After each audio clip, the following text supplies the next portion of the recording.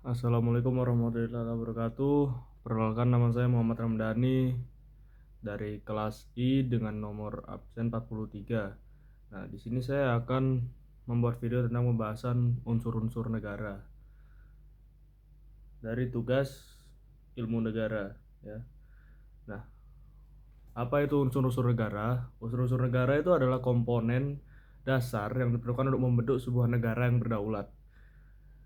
Unsur negara itu ada dua ya. Yang pertama itu unsur pokok atau konstitutif. Nah, unsur pokok itu yang pertama itu ada wilayah.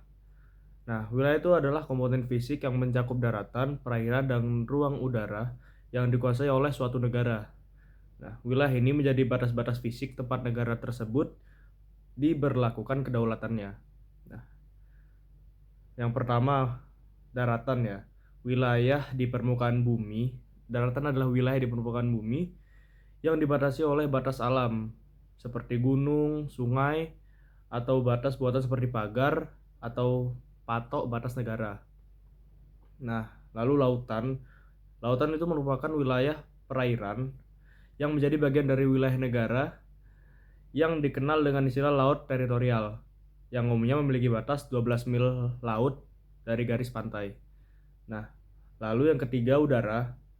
Negara itu juga memiliki kedaulatan penuh atas ruang udara di atas wilayah daratan dan lautan mereka. Nah, lalu yang kedua ada rakyat. Rakyat atau penduduk adalah unsur penting bagi terbentuknya suatu negara. Nah, rakyat ini merupakan subjek yang mendirikan, menjalankan, serta mengisi kehidupan negara tersebut. Nah, rakyat itu ada dua ya, yaitu yang pertama penduduk tetap, yaitu orang-orang yang tinggal secara permanen di wilayah negara, baik sebagai warga negara maupun bukan warga negara tersebut. Dan juga ada penduduk sementara. Nah, penduduk sementara ini adalah orang asing yang tinggal untuk jangka waktu tertentu, seperti turis atau pekerja imigran. Nah, yang ketiga adalah pemerintah yang berdaulat. Pemerintahan yang sah dan berdaulat memiliki kekuasaan untuk mengatur jalannya negara dengan otoritas yang tidak tergantung pada negara lain. Nah, yang pertama itu kedaulatan internal.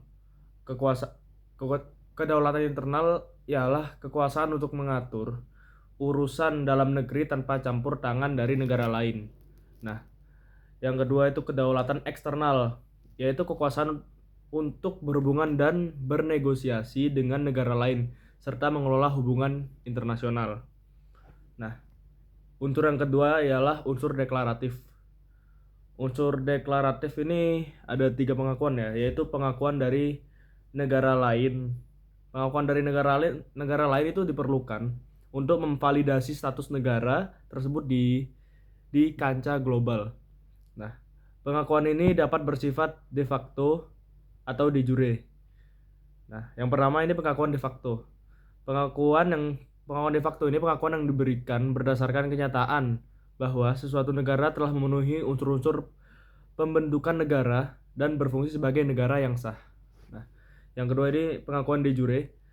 Pengakuan de jure ini pengakuan yang diberikan oleh negara-negara lain sesuai dengan hukum internasional. Nah, ini memberikan legitimasi penuh terhadap keberadaan negara tersebut di dunia internasional. Nah, mungkin sekian dari saya untuk pembahasan unsur-unsur negara. Wassalamualaikum warahmatullahi wabarakatuh.